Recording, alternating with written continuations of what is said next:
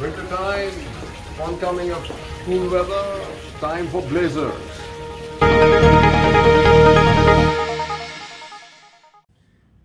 Good day, friends. This is Bob from BBD with Fast and Furious, or not so Fast and Furious. Let's see.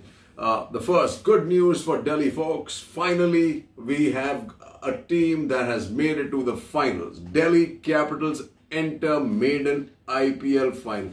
Thank God. It's been years of watching and getting nowhere. And look at this. This is something that I want to have a chat on. On demonetization anniversary, Modi says it cut black money. Then he also says note ban cleaned up system, says PM. And basically the opposition alleges government kept shifting goalposts. Now let's see where the goalposts were, if everybody remembers. Black money. Let's talk about black money. Black money at this point of time, 100% plus currency came back in, which means we did not tackle black money. Black money is not only out there, in fact, some of the fake money became white money. Go figure that out. Fake currency, that was the other goalpost. Fake currency. Did that go anywhere? Not at all. It still continues to thrive. But anyway, it was not such a huge proportion as it was made out to be. Third, terror. You folks tell me. You read the newspaper. Has terror gone anywhere? Absolutely not. And lastly and not the least, it says, did currency usage decrease because of demonetization, which should have technically formalized the economy? Absolutely not. It says 4 years since demonetization, cash in system steadily rising at all-time high, folks. So what is it that demonetization achieved? I have no idea. So I guess when the Congress puts it, BJP, Congress power on 4 year of note ban, and when this K. Subramaniam has, I guess this is the only thing it kind of achieved. Demonetization kick-started the formalization process. But the question is, at what cost? I think the hit that economy took, the kind of headwinds it created, unfortunately, we've gotten hit with so many other headwinds after that, whether it was the GST and now the COVID. But the people at the bottom of the pie are just absolutely shattered, as this article suggests here. Dreams shattered. It even harder to cross COVID bridges. This is a note, we hadn't been able to save much after working for 2 decades, said Ruskar Bano. We spent some money on a second-hand sofa set and a bicycle for my son. Now there's no sofa and no bicycle. We sold them to make ends meet. Folks, this is where we've reached. And it all started with demonetization. Many social experts and activists claim that the worst affected by the COVID restrictions have been economically disadvantaged poor, which had already been disadvantaged by, unfortunately, by demonetization. Not only have their incomes been affected, but they are also very vulnerable to infections because of poor nutrition, low immunity, cramped and unhygienic living conditions, and the financial uncertainty arising out of temporary nature of their employment. Thank God we finally have Krishnamurti saying there is definite fiscal space to push demand, and it can be done mainly through infrastructure. That says Subramaniam. Then you have the other guy who also, there's Sanyal, who says there's monetary fiscal room for more support to economy. But God knows it's the timing that's critical now, folks. The longer you wait, the deeper you dig your hole into. After that, it's all going to be talk, and nothing's going to happen with that. Now you have a report, funds tech transfer priorities as Biden pledges climate action. So I think at this stage, India sits on a sweet spot to get a lot of foreign direct investment in renewables, folks, and technology. And India should be absolutely up there and out there. But when you have this, PM India will be engine of global growth rebound. Atmanirbhar Bharat, not just a mission, but a well-planned strategy. But the problem is, with these mixed signals, I am not sure you're going to get there. He says, like it says, yet in reality, there exists a deep chasm between the rhetoric and action of government. And it starts with what we did with Onion. It starts with what we did to appeal against the Vodafone. It starts with absolutely not being able to define Atmanirbhar. And there is complete confusion with what happened with Haryana, folks. And when the government of theirs goes and reserves jobs for Haryanavis, we've lost the plot. More after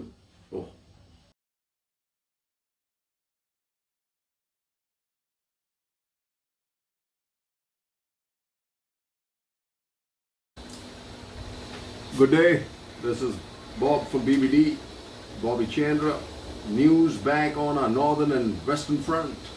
First depressing news, 4 personnel, 3 terrorists killed as forces foil infiltration bid in J&K, including an army officer. This is extremely sad. I said earlier, terrorism hasn't gone anywhere. So if demonetization helped to shut down terrorism, doesn't show on the ground. What does it say here? India and China working on a set of proposals to diffuse LAC tension. Positive exchanges in 8th round, another meeting likely soon. Look at the Rajat Pandit from Times is obviously playing the soft game. But yeah, you find a reality. These are connected, folks. They might playing the soft line. Pakistan is upping the ante as far as terrorism is concerned. But then you get the reality of what we had, Indian Express. Winter here, no thaw in India-China talks. Another round soon. What is important to note here, folks, and this is what we just cannot give in, right? The Indian troops are in dominating positions in the Chushul subsector at heights on Magar Hill, Gurung Hill, Rechanla, which allows them a direct view of China's Moldo garrison and to dominate the strategically sensitive 2 km White Valley Spangkur Gap. On the north bank of Pagong So, Indian troops are at heights that puts them in more advantageous position over Chinese troops positioned on the ridges connecting Finger 3 and Finger 4, which is 8 km west of India's perception of the LAC at Finger 8. Now this is important. No matter what we do, no matter what discussions we make, this is the position I still want to retain come April, May, and if we give in there, means we've gone down the slippery slope. So you watch it and hold the gun to the government's head. But here, things are falling apart for China in the ASEAN. Maybe the last domino to fall could be Philippines. That says, eye on China, India works to enhance Philippines ties. An MEA readout said that 2 sides agreed to further strengthen defense engagement and maritime cooperation between the 2 countries, especially in military training and education, capacity building, regular goodwill visits, and procurement of defense equipment. So now that's in Indonesia, that's in the Philippines, and that is Vietnam. Give them the BrahMos missile, folks. This I found kind of distressing, especially considering the kind of relationship now, the tenuous relationship that is we have between Nepal and India. Bid to induct non-Gurkhas will badly affect regiments' fighting spirit, says some veterans. Ethnicities matter, especially for these for the Gurkhas, because nobody has served in these regiments except the Gurkhas from India and Nepal. He says the Gurkha regiments have only had Gurkha soldiers, and breaking this tradition is not a good idea. If this is being done because of the strained relations between India and Nepal, people should remember that the ties would mend soon, and this could actually have a negative effect and play into China's hand. The move to induct non-Gurkhas from Uttarakhand into the GR regiments is also being seen by some as a move to tilt the balance in favor of Indian domiciled soldiers. Well, it may make sense, but at this timing is all wrong. What's happening here? In September, Taiwan and the US signed an agreement to strengthen cooperation on infrastructure development in the Indo-Pacific and Latin America. The framework to strengthen the infrastructure, finance, and market building cooperation aims to support investments in the emerging markets and help secure the future supply chain, according to the American Institute. So Taiwan is a critical component of India's Indo-Pacific strategy. It needs to get on board and fully integrate its supply chains into India. But as Tenzin Testan Rhine, Tibet continues to be a sore spot that India needs to play up. It says China's quest, especially now with Biden as the president, with human rights in both Xinjiang and Tibet are going to play a role. China's quest to control Tibet's spiritual space. He says China can control the Tibetan spiritual space, something it has long sought to do. If it has a role in the appointment of the new Dalai Lama, India must put its hands up and ensure that the next Dalai Lama is selected by the Dalai Lama currently in India. Later, folks. Think of natural products. Think of Sada Jeevan.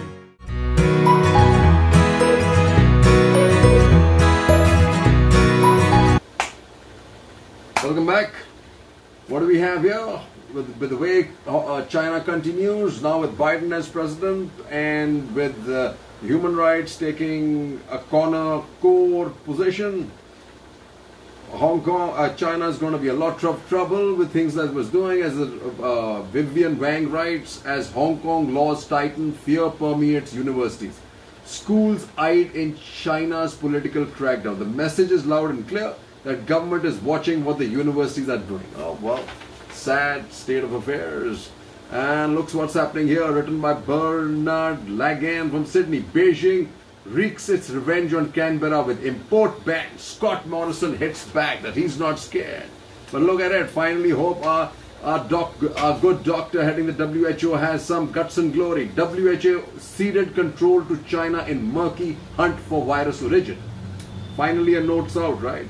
From Geneva, on a cold weekend in mid-February when the world still harbored false hopes that a new coronavirus could be contained, a World Health Organization team arrived in Beijing to study the outbreak and investigate a critical question. How did the virus jump from animals to humans? What the team members did not know was that they would not be allowed to investigate the source at all. Despite Dr. Ryan's pronouncements and over the advice of its emergency committee, the organization's leadership had quietly negotiated terms that sidelined its own expert. Damn the WHO. Damn the WHO. And just because of that, this is probably what's true. While Xi jumps up and down thinking he controls the world, I think the world's slipping away from that big bully. As it says, China risks a lonely return to greatness, if at all, folks, if at all. What's happening? And this is going to gather steam in the United States. Stand up for Taiwan. A change in the White House will be a chance to renew America's commitment to backing democratic allies. For sure, folks, for sure. And here's where India should be stepping in to help the United States because of our cultural connections. China extends reach in the Caribbean, unsettling the US. The region has strategic importance as hub for logistics, banking and commerce. It is also very close to the United States, folks. And this we are talking about Jamaica, our own Jamaica land, folks. Our connectivity to cricket and Commonwealth should ensure India should be there, even though there's a long distance between here and the Caribbean. But our hearts are all there, folks. Step in to the Caribbean with the United States. But look at what happens with Beijing. And this should be a clear-cut message to all the big funds in the United States. But also create space for India if it can get and liberalize its financial sector and ensure equal playing fields for all and not changing rules and laws, right, all the time. Beijing orders Ma to attend talk ahead of 37 billion ant IQ. Can you imagine? Come here, folks. Come here, Jackie. Please show up. And this is how it's phrased very well. Giant ant stepped on. The big story in China this week isn't the US election, but instead the authorities' sudden backstabbing of Jackie Ma. Welcome. And this is what's happening, folks. As it says, the party is pushing back. Jackie Ma's criticism of regulators encouraged moves to limit the power of Ant Group. The postponement of the fintech company market debut shows Beijing's determination to shore up its financial system. And this is what's going to happen. And I'm glad. Ant Group faces slashed valuation and long IPO delays. And that's what the US government should have been doing, and it's been done by none other than Xi. Xi's cut his own feet.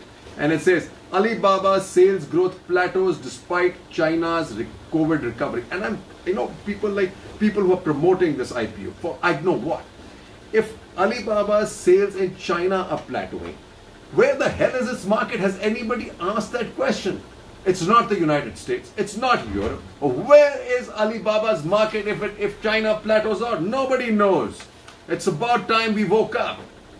However, on the other side, Hong Kong IPO, TikTok parent seeks to raise cash at 180 billion valuation.